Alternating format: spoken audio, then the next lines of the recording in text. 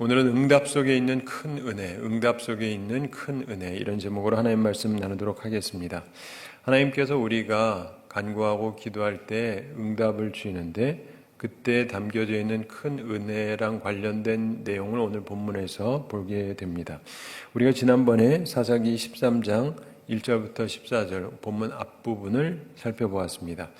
그래서 거룩한 사람과 구원의 역사라는 제목으로 말씀을 나눠드렸는데, 하나님의 은혜는 이스라엘이 악을 행하면 하나님께서 징계하시지만 회개하면 새로운 사사를 보내셔서 구원하셨다는 데 하나님의 은혜가 있습니다.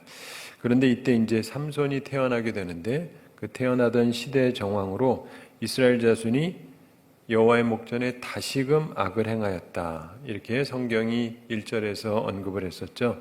그래서 하나님께서 40년 동안 블레셋 사람의 손에 넘겨주셨다. 우리가 일제 36년이라고 얘기하는데 그보다 조금 더 긴 세월입니다. 40년간 블레셋 사람의 손에 붙이십니다. 그런데 그 기간 동안에 사사를 준비하시는 하나님을 보는 거죠. 은혜가 있습니다. 소라 땅의 단지파 가족 중에 마누아라고 이름하는 사람이 있었고, 그의 아내가 임신하지 못했는데, 이 마누아의 아내 본래 잉태하지 못하고 생산하지 못했기 때문에, 그런데 이 사람이 잉태해서 아들을 낳게 해주려는 하나님의 계획이 있었습니다. 근데 이것이 그 개인적으로 그 가정의 은혜지만 이스라엘을 향한 은혜이기도 했고, 개인적으로 희망이 없던 마노아와 그 아내에게 은혜를 베푸시고 이스라엘에게도 큰 미래 희망이 될 것을 하나님께서 시작하셨습니다. 자, 우리가 하나님께서 겨자씨 하나를 밭에다가 심는 것처럼, 이제 애가 하나 태어나서 어떡해요?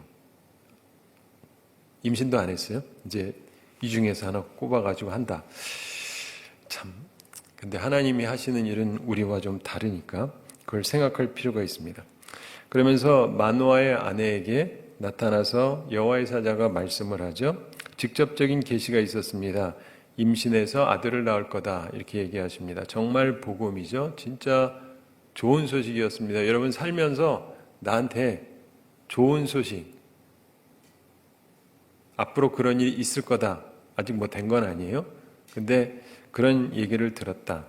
그러면서 너는 삼가서 포도주하고 독주를 마시지 말아라. 그리고 어떤 부정한 것도 먹지 말아라, 이렇게 얘기를 했는데, 지난번에 말씀드린 것처럼 블레셋의 문화의 특징이 술 문화였습니다. 술 문화. 우리나라도 예전에 그랬죠. 그런데 여기에서부터 벗어나려면 블레셋의 세속 문화에서 벗어나야 되겠고, 그 블레셋과 싸워 이기려면 술 먹고 더 힘센 주먹으로 싸운다가 아니라 거룩함이 하나님의 뜻이었다는 것을 기억해야 됩니다. 그래서 이 삼손이라는 사람이 힘이 셌다만 기억하시면 안 되고, 그 힘이 거룩함에서 나온 거예요. 술 안 마신 데에서 나온 거예요. 술 먹고 취한 김에 휘둘른 게 아니고 술 안 먹는 데서 나온 겁니다. 이걸 많은 분들이 놓치고 있어요. 어쨌든 아들을 낳을 텐데 이 아이에게 머리에 삭도를 대지 말라, 태에서부터 나옴으로부터 나실인이 된다, 이런 얘기를 하십니다. 이걸 듣고 아내가 남편한테 얘기하죠. 그랬더니 남편이 하나님께 기도합니다. 그래서 그 하나님의 사람을 좀 만나게 해달라고 기도하고, 그리고 실제로 다시금 만나게 됩니다. 그리고 만나서 얘기를 하죠. 대화를 하면서 그 아이에 대한, 아직 태어나지도 않았고 이제 임신도 아마 안 했을 텐데 이제 임신하게 되면 어떻게 될 거냐, 이렇게 들으면서 지침을 받았습니다. 그러면서 오늘 본문의 이야기로 연결이 됩니다. 자, 마노아의 첫 초청, 그리고 하나님 사자의 답변, 얘기가 쭉 나오는데, 마노아의 요청이 있습니다. 15절 함께 읽어보겠습니다. 마노아가 여호와의 사자에게 말하되 구하옵나니 당신은 우리에게 머물러서 우리가 당신을 위하여 염소 새끼 하나를 준비하게 하소서 하니. 아멘. 우리가 당신을 위하여 염소 새끼 하나를 준비하게 해주십시오. 이 고기 대접을 하겠다, 이런 이야기입니다. 감사를 표하기 위해서 함께 식사하자는 요청입니다. 제가 여러분에게 정말 바라던 어떤 얘기를 했다. 네, 예언의 말씀. 근데 여러분이 정말 꿈꾸던 거를 그렇게 될 겁니다, 그랬더니 너무 기분이 좋아가지고 목사님 제가 고기 살게요. 약간 이런 거랑 비슷한 거예요. 상황이 그런 겁니다. 그렇죠? 뭐 그 일이 벌어져서가 아니라 일단 듣기만 해도 너무 고마워가지고 제가 고기 한번 사겠습니다. 딱 이런 겁니다. 오늘 어떤 가정에 가서 이사 신방을 했는데 올해 초에 설교를 들으면서 이거 하나님께서 주시는 말씀이다 이렇게 받으셨대요. 그리고 믿음으로 나아갔고 기적적으로 이번에 이사를 하게 되었다고 말씀하시더라고요. 전에 사시던 집이 오래된 집입니다. 근데 새로 지은 아파트로 이사 가게 되었고 집도 더 커지게 됐고 그 말씀을 믿고 믿음으로 나아갔더니 이루어졌다고 너무너무 좋아하시는 거예요. 표정이 너무 행복해 보여요.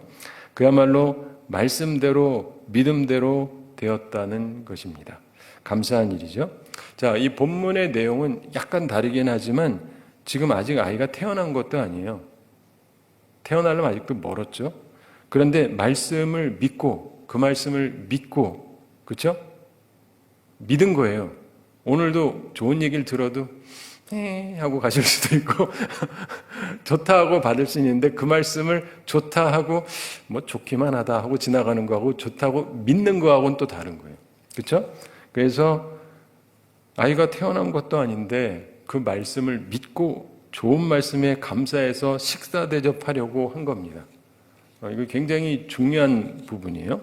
근데 여기까지 보면 사실은 이런 사람도 흔하지는 않습니다. 꽤 잘하긴 한 건데 그 사자가 답변하는데 좀 독특한 답변을 합니다. 16절 함께 읽어보겠습니다. 여호와의 사자가 마노아에게 이르되 내가 비록 나를 머물게 하나 내가 내 음식을 먹지 아니하리라. 번제를 준비하려거든 마땅히 여호와께 드릴지니라 하니 이는 그가 여호와의 사자인 줄을 마노아가 알지 못함이었더라. 아멘. 여기서 보면 여호와의 사자가 난 먹지 않겠다 이렇게 얘기를 합니다. 번제를 준비하려거든 마땅히 여호와께 드려라 이렇게 말씀을 하죠. 자, 천사니까 음식을 먹을 필요가 없습니다. 그래서 그는 그냥 하나님께만 영광을 돌리라 이렇게 이야기를 하는 것이죠. 자, 마노아가 두 번째로 요청을 하고 하나님의 사자가 답변하는 내용이 그 다음에 나오는데 마노아의 요청 17절 함께 읽어보겠습니다. 마노아가 또 여호와의 사자에게 말하되 당신의 이름이 무엇이니까 당신의 말씀이 이루어질 때 우리가 당신을 존귀히 여기리이다 하니. 아멘. 마노아가 묻습니다. 성함이 어떻게 되시나요? 그러면 우리가 존귀하게 기억하겠습니다. 뭐 이런 얘기인데 훌륭한 사람하고 좀 더 알고 지내기를 원하는 마음을 나타내는 것이죠. 자, 지금 이 마노아는 하나님의 사자를 보면서 그냥 보통 사람으로 본 거예요. 우리 식으로 얘기하면 그냥 목사님 중에 한 명 뭐 이렇게 생각하지 않았나 싶습니다. 천사인데 최소 천사인데 그런데 그걸 못 알아보고 그냥 대부분의 경우 구약성경에 보면 천사가 하나님의 사람으로 나타날 때 보면 그냥 일반 사람이랑 똑같아요. 대부분 남자 어른이에요. 여성으로 나오는 법은 성경에는 없습니다. 아이로 나오는 법도 없어요. 천사는 항상 성인 남성으로 나와요. 성경에 나오는 내용은. 그러니까 저 같은 사람이 나오는 거예요. 그러니까 내가 천사인지 아닌지 그냥 보면 사람이죠. 그냥 보면 사람이죠. 그래서 구분을 못할 수도 있죠. 근데 이렇게 얘기했더니 그 사자가 답변을 하는데 특이한 답변을 합니다. 18절 함께 읽어보겠습니다. 여호와의 사자가 그에게 이르되 어찌하여 내 이름을 묻느냐 내 이름은 기묘자라 하니라. 아멘. 저한테 누가 물어보면 저 이름 얘기해 주거든요. 왜 물으세요? 안 그러거든요. 근데 이제 왜 묻느냐 그러면서 내 이름은 기묘자다 이렇게 얘기를 합니다. 우리가 흔히 보는 일반적인 답변이 아니에요. 왜 묻느냐고 되묻습니다. 그러면서 답을 하는데 해석이 각각 다릅니다. 자, 이 기묘자라고 얘기하는데 기묘라고 하는 것은 경의로운, 불가사의한 이런 뜻입니다. 결국 내 이름은 비밀이다 혹은 기묘다 이렇게 말했을 수 있다고 보는 성서학자가 있고 따라서 그 이름을 정확하게 밝히지 않았다고 할 수 있다 이렇게 보는 성서학자가 있습니다. 그런데 우리가 성경을 보면은요, 기묘자라 이런 말이 나오는 데가 있는데 이사야서에 나오죠. 그리스도의 이름 중 하나가 기묘자입니다. 기묘자. 기묘라, 모사라 뭐 많이 들어서 아시죠? 예수 그리스도가 기묘자예요. 근데 똑같은 단어가 여기서 쓰여지고 있잖아요. 그래서 어떤 성서학자들은 바로 예수 그리스도가 아니겠는가. 그래서 이 땅에 오시기 전에 성육신 전의 예수 그리스도가 그때 오셨던 것이 아닌가라고 생각하는 분들도 있습니다. 그럴 수도 있겠죠. 근데 하여간 보통 사람은 아니에요. 확연히. 그러면서 제사를 드리고 이적이 일어나는 모습이 나타납니다. 우선 제사를 드리는데 19절 함께 읽어보겠습니다. 이에 마노아가 염소 새끼와 소제물을 가져다가 바위 위에서 여호와께 드림에 이적이 일어난지라 마노아와 그의 아내가 본즉. 아멘. 여호와의 사자의 말대로 하고 있습니다. 그래서 하나님께 드리기 위해서 염소 새끼를 그리고 소제물이라는 건 곡물을 가지고 또 드리는 것인데 그렇게 하나님께 드렸다. 그런데 이적이 일어났다. 이렇게 되어 있습니다. 그래서 마노아 부부가 봤더니 일어날 수 없는 일이 벌어진 거예요. 이적을 보게 됩니다. 20절 함께 읽어보겠습니다. 불꽃이 제단에서부터 하늘로 올라가는 동시에 여호와의 사자가 제단 불꽃에 휩싸여 올라간지라. 아멘. 죄송합니다. 계속하죠. 마노아와 그의 아내가 그것을 보고 그들의 얼굴을 땅에 대고 엎드리니라. 아멘. 자, 이적을 보고 마노아와 그의 아내가 놀래서 얼굴을 땅에 대고 엎드리게 되는데 무슨 이적이냐면은 불꽃이 제단에서부터 하늘로 쫙 올라갑니다. 뭐 항상 불은 위로 올라가죠. 그런데 그러면서 여호와의 사자가 지금 바로 앞에 있잖아요. 이분이 제단 불꽃에 휩싸여서 불꽃 가운데로 휩싸여서 하늘로 쫙 올라가는 거예요. 제가 할 수 있겠죠? 여러분도 할 수 있고 못하는 거 아시죠? 영화에서나 가능한 얘기지 이거는 현실적으로 불가능한 얘기잖아요. 그런데 이런 일이 벌어졌습니다. 이거 완전 이적이 맞죠. 이적이 맞습니다. 그러니까 이들이 놀래가지고 땅에 엎드립니다. 그러면서 부부가 놀라는데 20절 후반에 이것을 보고 얼굴을 땅에 대고 엎드리니라. 그리고는 21절 함께 읽어보겠습니다. 여호와의 사자가 마노아와 그의 아내에게 다시 나타나지 아니하니 마노아가 그제야 그가 여호와의 사자인 줄 알고. 아멘. 다시 그분이 나타나지를 않습니다. 사람에게 이런 일이 생길 수는 없는 것이죠. 그냥 보통 사람, 요즘 말로 그냥 목사님인가 했는데 그게 아니라는 거예요. 그리고 여호와의 사자, 즉 천사라는 것을 깨닫게 된 것입니다. 또 어떤 성서학자들의 의견대로 예수님일 수도 있고 하여간 보통 사람은 아닌 거예요. 그래서 두 부부가 대화를 합니다. 우선 남편이 얘기하는데 하나님을 봤으니까 우리가 반드시 죽을 거다. 이런 얘기를 합니다. 두려움을 느끼는 거예요. 얼마나 겁이 나는지 우리 죽을 거다. 이런 얘기를 합니다. 22절 함께 읽어보겠습니다. 그의 아내에게 이르되 우리가 하나님을 보았으니 반드시 죽으리로다 하니. 아멘. 우리가 흔히 알기를 하나님을 보면 죽는다 이런 얘기를 들어서 알지 않습니까? 그러니까 이 사람도 하나님에 대한 지식이 어느 정도 있는 거죠. 그리고 우리가 지금 하나님을 봤다. 우리 죽을 거다. 이렇게 생각을 합니다. 자, 여기서도 우리가 생각해 볼 게 있습니다. 마노아가 아는 지식에 의하면 자신들은 죽을 거라고 생각을 한 거예요. 우리가 알고 있는 지식, 우리가 알고 있는 하나님에 대한 신학, 우리가 알고 있는 하나님에 대한 어떤 생각들이 분명히 이렇게 될 거라고 생각을 하는데 아닐 수도 있다는 걸 항상 염두에 두셔야 돼요. 그래서 우리는 항상 열린 마음으로 있어야 됩니다. 하나님을 이렇게 틀에다가 가둬놓고 생각하지 않도록 조심을 하셔야 돼요. 남편은 그렇게 생각합니다. 이제 우리 죽었다. 우리 죽었다. 근데 아내는 전혀 다른 얘기를 합니다. 다른 얘기를 하는 이유가 뭘까요? 해석이 다른 거예요. 네. 성경만 본다고 중요한 게 아니고 성경이 중요하죠, 당연히. 그렇죠? 성경대로 믿어야 되니까. 근데 우리가 신학교를 왜 다니느냐? 그리고 왜 잘 배워야 되느냐?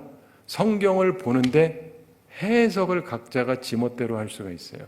근데 성경을 제대로 해석을 해야 돼요. 이게 굉장히 중요한 요소입니다. 여러분, 이상한 사람들도 다 성경 보고 얘기해요. 성경이 이렇대. 근데 지멋대로 해석을 하는 거예요. 이해가 되세요? 근데 해석을 제대로 하는 게 굉장히 중요한 요소인데 이 아내는 남편보다 해석을 제대로 한 거예요. 23절에 그렇지 않다 이렇게 얘기하는데 왜냐하면 커다란 믿음이 있었기 때문에 그렇습니다. 23절 함께 읽어보겠습니다. 그의 아내가 그에게 이르되 여호와께서 우리를 죽이려 하셨더라면 우리 손에서 번제와 소제를 받지 아니하셨을 것이요 이 모든 일을 보이지 아니하셨을 것이며 이제 이런 말씀도 우리에게 이르지 아니하셨으리이다 하였더라. 아멘.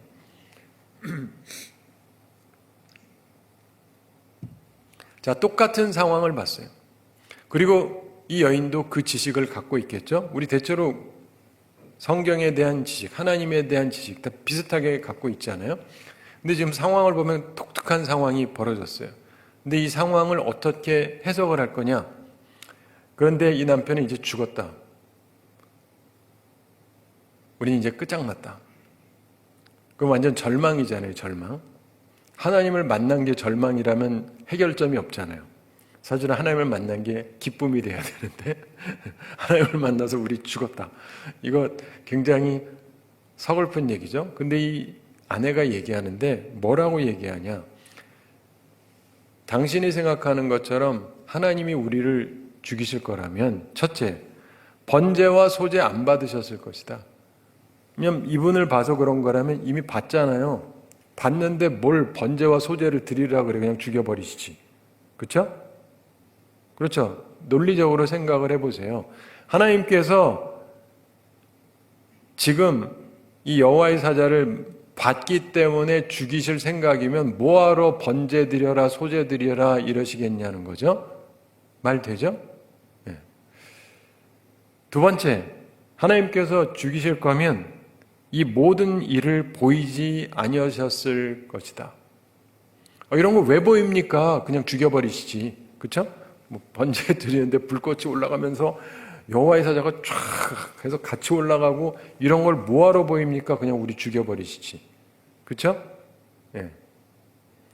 세 번째, 하나님께서 우리를 죽이실 거면 이런 말씀도 우리에게 이르지 아니하셨을 겁니다. 우리가 사랑해서 아들이 태어날 거고 그동안 오랫동안 애를 못 낳았는데 이제 애를 낳을 거다. 그리고는 뭐 번거롭게 우리를 죽이시겠느냐. 그렇죠? 예. 해석을 잘해야 돼요. 해석을 잘해야 돼요. 이게 굉장히 중요합니다. 이 여인의 믿음이 컸던 거예요. 이 여인의 믿음이 컸던 겁니다.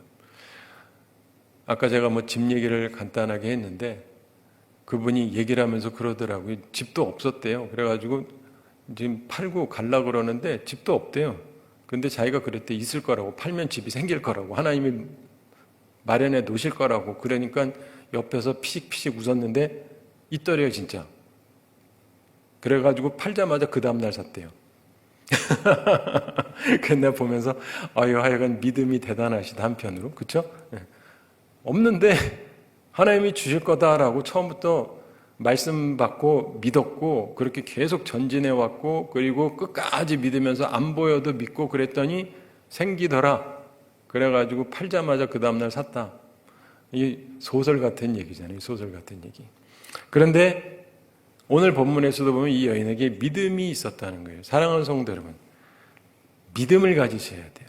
이게 굉장히 중요합니다.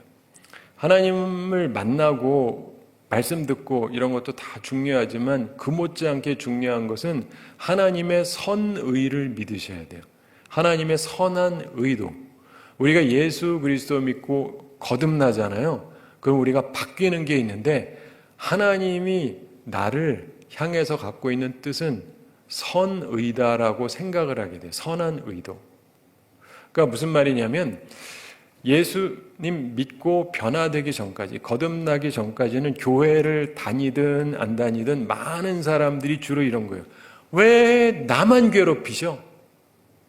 왜 나만 괴롭히셔? 막 이런 기분들이 많아요. 교회 다니면서도. 왜 남들은 괜찮은데 나만 괴롭히냐? 이런 사람들이 많습니다. 거의 다 그래요. 이게 교우들만 그런 게 아니고요. 교회 지도자들도 그렇고요. 목사님도 그렇고 사모님도 그렇고 신학자도 그렇고 다 그래요. 완벽하게 자기가 거듭나기 전에는 왜 하나님 나를 이렇게 괴롭히십니까? 나 좀 그만 괴롭히세요.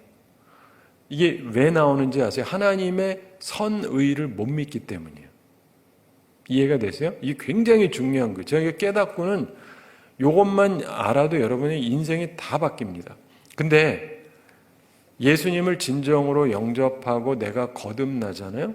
그러면 하나님이 하시는 모든 거는 나를 위해서 선한 의도를 갖고 있다는 걸 깨닫게 돼요. 그 좋은 건 당연히 좋은 의도죠? 네. 좋은 일이 생겼어요. 그럼 좋죠. 근데 나쁜 일이 생겼어요. 그럼 나쁜 거죠, 당연히. 그렇긴 한데 하나님께서는 전능하시잖아요. 전지하시고 모든 걸 아시는 그 하나님이 왜 나한테 나쁜 일이 생기도록 하셨을까? 선한 의도로 그러는 거예요. 선한 의도로. 저희 아버님이 예전에 이북에 있다가 내려오셨거든요. 그런 분들이 많이 계셨죠. 이 남북으로 우리나라가 해방되고 나서 남북으로 이렇게 갈라지게 됐잖아요. 갈라지기 전에 이제 북쪽은 공산주의자들이 잡고 있으면서 그쪽에서 믿음의 사람들이 많이들 내려왔어요. 근데 내려오기 전에 핍박을 많이 당했어요. 핍박을 많이 당했다고요. 그러니까 아유 안 되겠다. 핍박이 왜 찾고 있는 거예요? 떠나라는 거예요. 떠나라. 그럼 떠나야죠. 그래서 떠나오신 분들은 아무도 후회를 안 해요. 근데 다 잘 되겠지. 이러다가 딱 막혀서 거기서 지금까지 사는 분들이 얼마나 많은데요. 그러므로 때로는 하나님께서 우리를 괴롭히시는 게 흐트러 버리신다고. 하나님께서 독수리가 이 새끼들 훈련시키는 것도 마찬가지인데 독수리가 날라야 되잖아요. 날라야 되는데 얘네들이 편하게 있으니까요. 나가기를 싫어한답니다. 근데 노크는 날라야 되는데 독수리는 또 높은 데서 이렇게 날라야 되는데 겁나잖아요. 새도 겁이 나나 봐요. 초창기에는. 자기도 안 날라봤으니까. 근데 이게 나가라 그러면 안 나간단 말이에요. 그래가지고 이게 본래 밑에다가요. 이상한 것들을 깔아놓은대요. 돌멩이도 놓고 가시도 놓고 그리고는 이제 자기 털이나 이런 걸로 이렇게 깔아놔서 평상시에는 괜찮은데 이거를 막 흐트러 버리는 거예요. 흐트러 버리면 밑에 불편해지는 거예요. 이해가 되시죠? 네. 나가라는 거예요. 나가라. 그래가지고 이제 날면서 날기를 시작을 하는 거예요. 이해가 되시죠? 하나님이 우리를 그렇게 트레이닝을 시키는 거예요. 훈련을 시키시는 거라고요. 그래서 우리를 괴롭히시는 이유는 괴롭히는 게 목적이 아니에요. 괴로움을 통해서 우리로 하여금 훈련을 시키고 깨달음을 얻고 더 하나 더 성숙하게 하기 위한 하나님의 배려라고요. 이 선의를 깨달으면 범사에 감사가 가능해요. 좋은 일이 있으니까 그냥 감사하는 거고 나쁜 일이 생겼어요. 그러면 아직 이해는 안 가요. 그래도 감사할 수는 있죠. 나중에 보면 뭔가 잘 될 것이다. 그러고 나서 보면은요. 나중에 가서 보면 진짜 감사할 일만 생겨요. 그래서 우리는 특별히 장로교인이잖아요. 하나님의 섭리를 믿어야 되는데 나나 내 자식이나 집안이나 모든 부분에서 나쁜 일이 생길 때 기분 나빠하지 마시고 우리에게 남는 건 둘 중에 하나밖에 없어요. 하나님께서 이 어려움을 통해서 결국은 좋게 만드시려고 하는 거다라고 믿고 가서 맞았네 하는 거하고 하나님은 왜 우리 집만 괴롭혀? 하나님은 왜 나만 괴롭혀? 이러고 딱 가서 좋은 거였네? 둘 중에 뭐 선택하실래요? 첫 번째가 낫잖아요. 그런데 우린 대체로 두 번째로 계속 간다니까요. 그리고 이걸 체험하고도 그 다음에 또 시작이에요. 또 시작. 하나님은 선하다는 걸 알면서도 또 하나님은 왜 나만 괴롭혀? 왜 우리만 괴롭혀? 끊임없이 이렇게 반복적으로 우리가 깨닫지 못하는 경우가 많아요. 그런데 우리에게 중요한 것이 그러니까 해석을 잘해야 돼요. 그리고 하나님의 선의를 믿으셔야 돼요. 여러분들이 오늘도 주님 앞에 나오셨는데 여기에 나오셔서 하나님의 말씀을 다시금 들으면서 기억을 하셔야 되는 게 하나님이 여기를 오게 하시고 또 말씀을 듣게 하는 건 여러분 괴롭히고 죽이려고 하는 게 아니고 마노아와 그 아내한테 여호와의 사자가 나타난 것은 너 나보고 죽어라 이게 아니란 말이죠.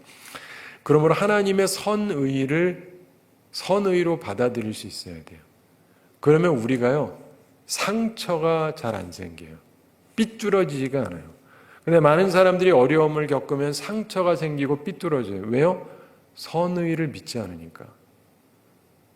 하나님 능력 있다면서요. 근데 왜 내 문제 해결 안 해줘? 이런 식이에요. 오늘 말씀에서 보면은 응답 속에 있는 큰 은혜를 결론적으로 다시금 보게 되는데 말씀대로 아들을 낳았다는 것입니다. 24절 함께 읽어보겠습니다. 그 여인이 아들을 낳음에 그의 이름을 삼손이라 하니라. 그 아이가 자라매 여호와께서 그에게 복을 주시더니 아멘. 자, 여기서는 글이 쭉 나가니까 그런가 보다 하지만은 자, 이 상황에서 좀 전에 그 마노아라고 하는 사람은 우린 죽었다. 끝장났다. 그런 거예요. 그런데 결국 그 아내의 말대로 안 죽을 거라고 믿고 두 부부가 사랑을 했겠죠. 그리고 결과로 임신을 하고 결과로 시간이 지나면서 아들이 태어났죠. 이게 중요해요. 여러분 결론에 도달했을 때만 딱 들으면 그런가 보다 하지만 누군가에게 말씀을 듣는 시기가 있고 믿는 시기가 있고 시험이 되는 시기도 있고 여러 가지 일들이 있는 거예요.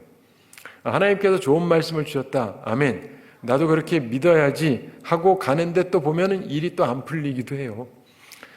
그런데 계속 믿으면서 가다 보면 결국 믿은 대로 되더라. 아들을 낳았다는 거예요. 그러면서 삼손이라고 이름했다 이렇게 돼 있죠. 소형 태양이다 이런 뜻이에요. 작은 태양 이런 뜻입니다. 태양은 용사에 비유되곤 했었죠. 그 아이가 자라는데 나실인으로 자라는 거죠. 그래서 구별된 사람으로 자라는 거예요. 거룩하게 자라는 거예요. 포도도 안 먹어요. 포도 주스도 안 먹고 포도주는 당연히 안 마시고 여호와께서 그에게 복을 주셨다 이렇게 되어 있습니다. 누구에게 복을 주셨다고요? 삼손에게라기보다는 거룩한 아이에게 복을 주셨다는 거예요. 사랑하는 성도 여러분, 여러분도 여러분의 자녀를 키우실 거면 기왕이면 거룩한 아이로 키우세요. 물론 오해하지 마실 게 애가 잘못 자라도 또 회개하고 돌아오면 또 하나님이 쓰시기도 해요. 그런데 기본적으로 이러한 어지러운 세상에서 하나님께서 쓰시는 사람은 거룩한 사람, 구별된 사람, 특별히 술 문화에서 벗어나 있는 사람, 이런 사람을 하나님께서 쓰셨다는 거예요. 제가 이런 얘기를 자꾸 하는데 그러면서 목사님들도 만나면 자꾸 해드리고 그래요. 우리나라에서는 미국의 트럼프 대통령 그러면 약간 crazy person, 약간 정신 나간 사람, 미친 사람처럼 이렇게 얘기하는데 그분의 특색이 있습니다. 술을 전혀 안 마셔요. 술, 맥주, 포도주 하나도 안 마셔요. 샴페인 전혀 안 마십니다. 다른 나라 정상들하고 만날 때도요, 한 잔 건배 이런 거 절대 안 해요. 절대 안 합니다. 한 번도 한 적이 없어요. 근데 이런 얘기는 하나도 안 해가지고 목사님들도 잘 몰라요. 그냥 저 남자는 약간 이렇게 밭간 사람이다라고만 생각을 해요. 근데 그 사람에게도 단점이 있죠. 삼손처럼. 그렇긴 하지만은 그 사람이 누가 봐도 여성 편력이 있는 걸 보니까 당연히 술을 마실 거라고 생각하는데 많은 분들이 삼손을 보면 당연히 술을 마셨을 거라고 생각하는 경향이 있어요. 왜냐하면 여성이랑 관계를 맺는 걸 보면 우리는 보통 그렇잖아요. 여자랑 관련 있는 사람들을 보면 보통 또 술도 마셔요. 대충. 그렇게 염두를 두는데 성경을 보면 삼손이 술을 마셨다는 얘기는 한 군데도 나오지 않아요. 마셨을 수도 있겠죠. 그렇지만 마셨다라고 정확하게 얘기한 데는 한 군데도 없어요. 제가 열심히 살펴봤거든요. 한 번도 없어요. 그러나 다들 그런 것처럼 생각을 해요. 우린 주변이 다 그러니까 술 마시고 여자 좋아하고 이러는 사람 근데 그런 사람은 아니었던 거예요. 그렇지만 그 사람을 보면서도 우리가 나중에 또 얘기하겠는데 이 사람이 누군가를 사랑했는데 거기에 문제가 있었던 거예요. 우리 전도서의 잠언에도 많이 나오는 얘기인데 아무나 사랑하면 안 돼요. 정말 순정적으로 사랑한 것 같아요. 그런데 그게 이 사람이 몰락하는 이유가 됩니다. 그냥 사랑이면 되는 거 아니에요? 아니에요. 그걸 우리가 이걸 보면서도 배워야 돼요. 사랑조차도 구별돼 있어야 돼요. 이제 나중에 보겠습니다만은, 자, 25절 함께 읽어보겠습니다. 소라와 에스다올 사이 마네단에서 여호와의 영이 그를 움직이기 시작하셨더라. 아멘. 여호와의 영이, 성령께서 그를 움직이기 시작하셨다. 때가 되니까, 사랑하는 성도 여러분, 많은 경우 강한 힘을 가진 남자는 포도주를 마시면 더 큰 활력이 나온다고들 생각하는 경향이 있습니다. 그러나 삼손은 결코 포도주를 마시지 않았어요. 그러나 그의 탁월한 힘과 용기, 그것은 술에서 있었던 것이 아니에요. 나중에 한 여인을 만날 때 그때는 이렇다 저렇다 치고 그 전까지 한 번도 술을 마신 적이 없어요. 그리고 마지막에 힘쓸 때도 술 한 잔도 입에 대지 않았어요. 사랑하는 성도 여러분, 따라서 술 취하지 말고 성령으로 충만해야 합니다. 근데 성령은 온전하고 절제하는 사람에게 임하는 거예요. 그러므로 우리의 삶 속에서 이 말씀 생각하면서 결론적으로 생각할 게 있습니다. 만화처럼 우리는 때로 무지해요. 진짜 무식한 건 아니죠. 나름대로 알기도 하고 성경에 대해서 알기도 하고 하나님에 대해서 알기도 하지만 사실은 때로 우리는 어떤 부분에서 무지해요. 직접 보고 있어도 상황 파악이 제대로 되지 않기도 합니다. 만화가 그랬잖아요. 그런데 또 하나 기억해야 되는 것은 만화의 아내는 해석을 잘했어요. 은혜로웠고 바른 것이었습니다. 우리 인생 살면서 이게 중요해요. 여러분, 오늘도 주로 여성들이 많이 나왔는데 굉장히 중요한 요소 중에 하나입니다. 남자가 잘 되느냐 못 되느냐는요, 여성에게 상당히 많이 달려서, 다는 아니지만 상당히 달려있는 게 사실이에요. 남자가 해석을 잘못했을 때 바르게 해석을 해줌으로 이게 괜찮을 수 있는데, 간혹 가다가 남자는 제대로 돼 있는데 여자가 딴소리 해가지고 망하는 사람들도 꽤 있어요. 그러니까 사랑하는 성도 여러분, 항상 주님 앞에서 제가 지혜로운 여성이 되게 해주십시오 라고 기도하셔야 돼요.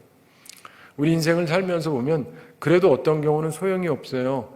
다윗이 아비가일이라는 여성을 만났을 때도 이 아비가일이라는 여성이 어떤 사람의 아내였어요. 근데 이 남자는 아주 포악하고 거만한 남자였습니다. 근데 왜 둘이 결혼했는지는 하여간 모르겠지만 아비가일은 하나님도 잘 섬기고 현숙하고 지혜로운 여인이지만 남편이 워낙 못되니까 어떻게 할 수가 없는 거예요. 말이 통하지를 않아요. 그래서 어떤 경우는 말하면 다 된다. 그거는 남자가 괜찮은 경우, 진짜 이상한 인간한테는요, 아무리 훌륭한 여성이 얘기해도 소용이 없어요. 안 통해요. 그래가지고 결국은 이 여성이 남편한테 말도 안 하고 다윗을 따로 만나러 가지 않습니까? 그래서 다 같이 죽는 거를 면하기는 해요. 근데 결국 나중에 그 남편이 알고 놀래가지고 이 사람이 죽죠. 근데 여기서도 우리가 보게 되는 것이 항상 오해하지 마시고 균형감 있게 생각하셔야 돼요. 지혜로워야 된다. 그러니까 지혜로우면 다 된다. 아니, 많은 경우 되는 거고 어떤 경우는요, 지혜롭고 내가 현숙하고 아무리 좋아도 남편이 원체 이상하면 해결이 안 돼요. 이 남자가 죽기 전에. 죄송합니다. 죽으라고 기도할 수는 없지만 아무튼 해결 안 되는 사람도 있어요. 다 해결되는 건 아니에요. 그래도 그나마 해결되는 사람은 괜찮은 거죠. 그런데 어쨌든 간에 내가 살아가면서 나도 바른 판단을 한다는 것은 굉장히 중요합니다. 그래서 우리들에게 이게 필요하고요. 특별히 오늘 주님 앞에 나온 우리에게 말씀을 주시는 하나님, 그분께서 우리에게 은혜를 베풀려고 하시는 것이다. 이거를 기억하셔야 돼요. 그렇게 해석하셔야 돼요. 은혜 베푸시는 하나님을 믿으셔야 됩니다. 그러면 믿음대로 됩니다. 믿음대로 됩니다. 바라기는 이 말씀을 기억하면서 응답 속에 있는 큰 은혜를 체험했던 마노아와 그 아내처럼 하나님 앞에 기도하고 응답받고 또 무엇보다도 은혜를 베푸시는 하나님을 믿음으로 그 믿음대로 실현이 되어지는 복된 삶을 살아가는 우리 모두가 되기를 바랍니다. 우리 함께 기도하겠습니다. 사랑의 하나님 아버지, 우리를 사랑하시고 오늘도 저희에게 귀한 말씀 주심을 감사드립니다. 주님께서 주신 귀한 말씀 우리의 마음에 잘 새기게 하여 주시옵소서. 우리들은 때로 보면서도 이게 무엇을 뜻하는지 잘 모를 때도 있고 판단력이 약할 때도 있는데 주님께서 우리에게 은혜를 베풀어 주셔서 마노아의 아내처럼 지혜로운 사람이 되게 해주시고 지혜로운 해석을 하는 사람들이 되게 하여 주시옵소서. 하나님께서는 참으로 우리를 사랑하시고 오늘도 저희에게 은혜를 베푸시려고 이 말씀을 듣게 하셨음을 믿게 해주시고 주님을 믿음으로 우리들의 그 믿음대로 큰 은혜를 체험하며 살아가게 하여 주시옵소서. 감사드리며 예수님의 이름으로 기도드리옵나이다. 아멘.